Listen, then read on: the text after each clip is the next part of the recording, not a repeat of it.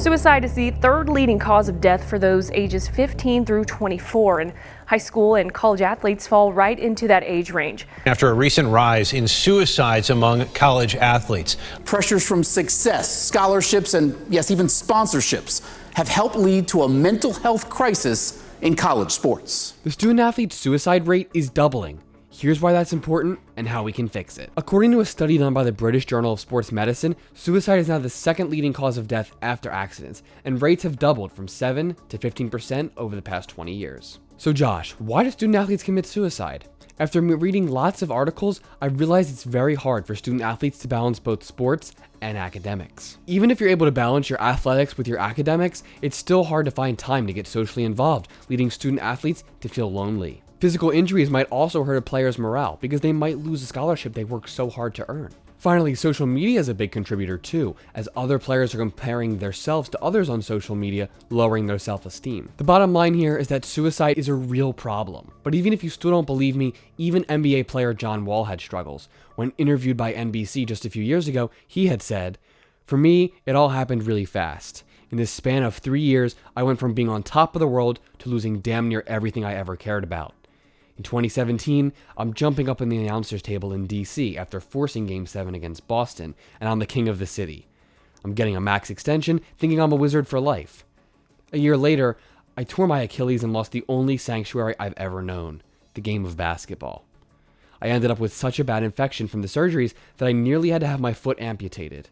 A year later, I lost my best friend in the whole world, my mom, to breast cancer." Eventually, John Wall spoke up to those close to him. He was able to find a therapist, and he overcame his suicidal thoughts. And this is a great testament to the power of speaking to those around you and telling others how you truly feel. And this is my quick reminder that just because you're in high school doesn't mean you shouldn't take this serious. This could apply to any player at any age in any situation, so take all things seriously. Also, if you've gotten value from this video so far, be sure to subscribe so you don't miss my future videos. Here are a few things we can do to stop this suicide epidemic.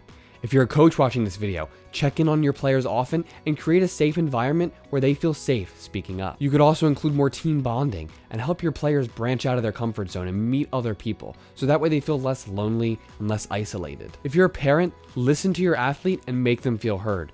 Worry more about being supportive versus intrusive. And for players and coaches, take it seriously. If you notice a severe change in mood or behavior of a player or a son or a daughter, then you should try to speak up and seek help and make sure that they're okay. If you're a student athlete, please don't hesitate to speak up. There are people and resources out there and available to help you. For example, you could visit a website like 988lifeline.org or text and call 988. I'll link those down in the description. Student athletes, make sure to create some more time to get socially involved, whether that's attending clubs or new meetings, or even trying something new. Don't focus so much on just getting involved in your sport. What are other ways you can get involved off the field? If you're an injured athlete, continue to recover and know that you're going to become stronger. I've known tons of NBA players who have shared their stories online of overcoming an injury, and they always cite that they've really gotten through this mental journey and they've become stronger because of it. And if you're ever looking for a friend to just speak your mind to, I'm here to help. Feel free to DM me on Instagram at JoshSmilerBasketball. I'd love to talk with you. Small but crucial thing is that you have to watch your social media usage. I've personally scaled some of mine back a little bit because I don't want to watch other people's highlights. I want to live my best life, and maybe you should too. Maybe you should start lowering your social media limits or trying to spend less on it each day. And also, I really want you to do this.